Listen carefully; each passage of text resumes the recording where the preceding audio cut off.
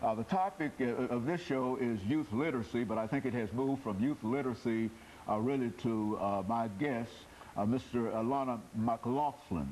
And she has a lot of information in reference to literacy, but she also has been encouraging me to say and to have her to say something about the issue of young children and drugs, or young children and substance abuse, as she calls it. And so, Alana, let's have you to say something about how you feel that you might be qualified at the age of 8 to say something to young people your age or below about drugs and substance abuse.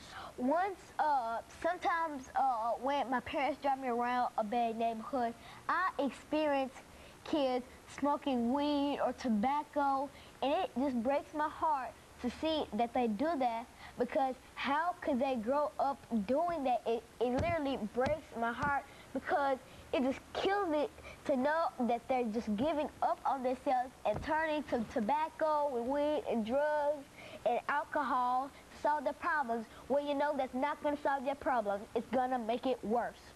Okay. You need to stay away from tobacco, weed, alcohol. If somebody you know is doing it, if everybody calls you a freak or for not doing it, don't listen to them.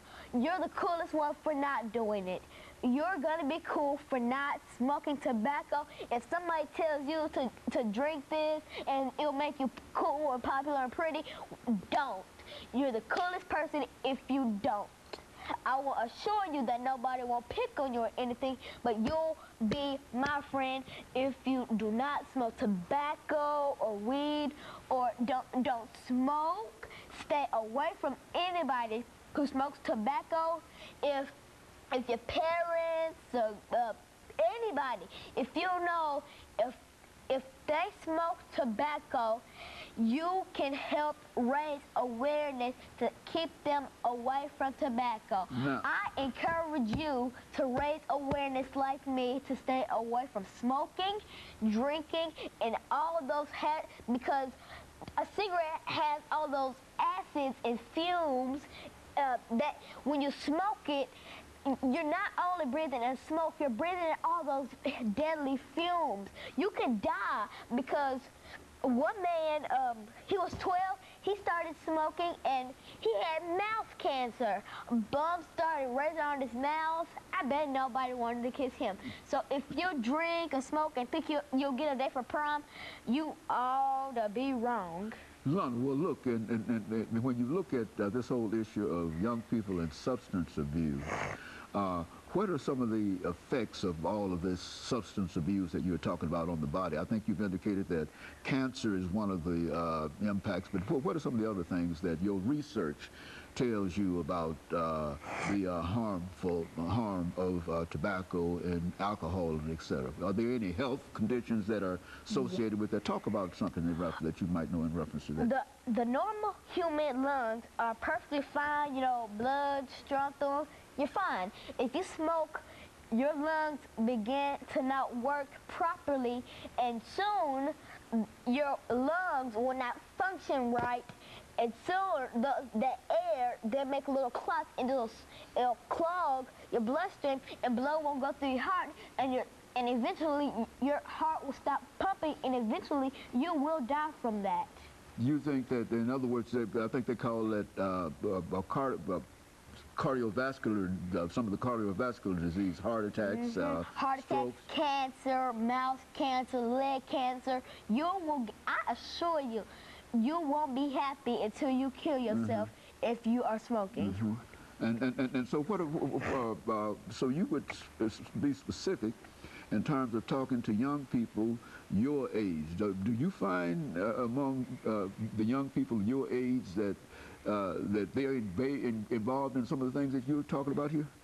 I honestly do not know anybody who smokes, and if they do, they shouldn't, because it's hazardous for your body, and it breaks you down, it slows you, as soon it will clog that bloodstream going through you, and your blood and your heart won't pump. You'll be rushed to the emergency room, and it'll be sad for the doctors to tell your parents that they couldn't do anything because they sat there and let you smoke.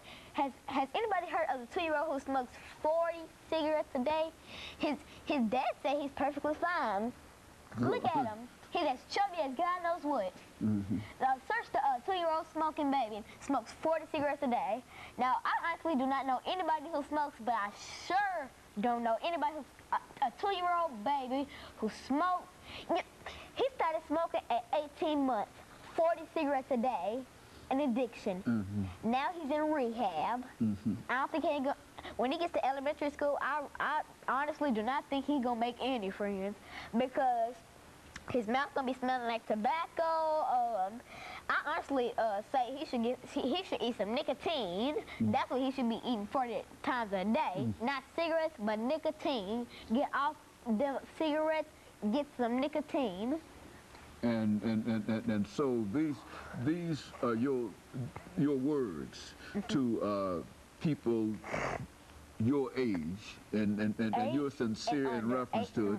And what you're saying is that even now, at 8 years or younger, they ought to not only start reading, as you've always pointed out here, the importance of it, but that they should also think in terms of staying away from cigarettes and nicotine and alcohol. Nicotine actually helps you get off the addiction of drugs. You know, it throws away that addiction, the desire for drugs. So I recommend all smokers take nicotine. I recommend that. Maybe you should go to your doctor and maybe he'll prescribe that for you, and you can buy it at your local grocery store. Or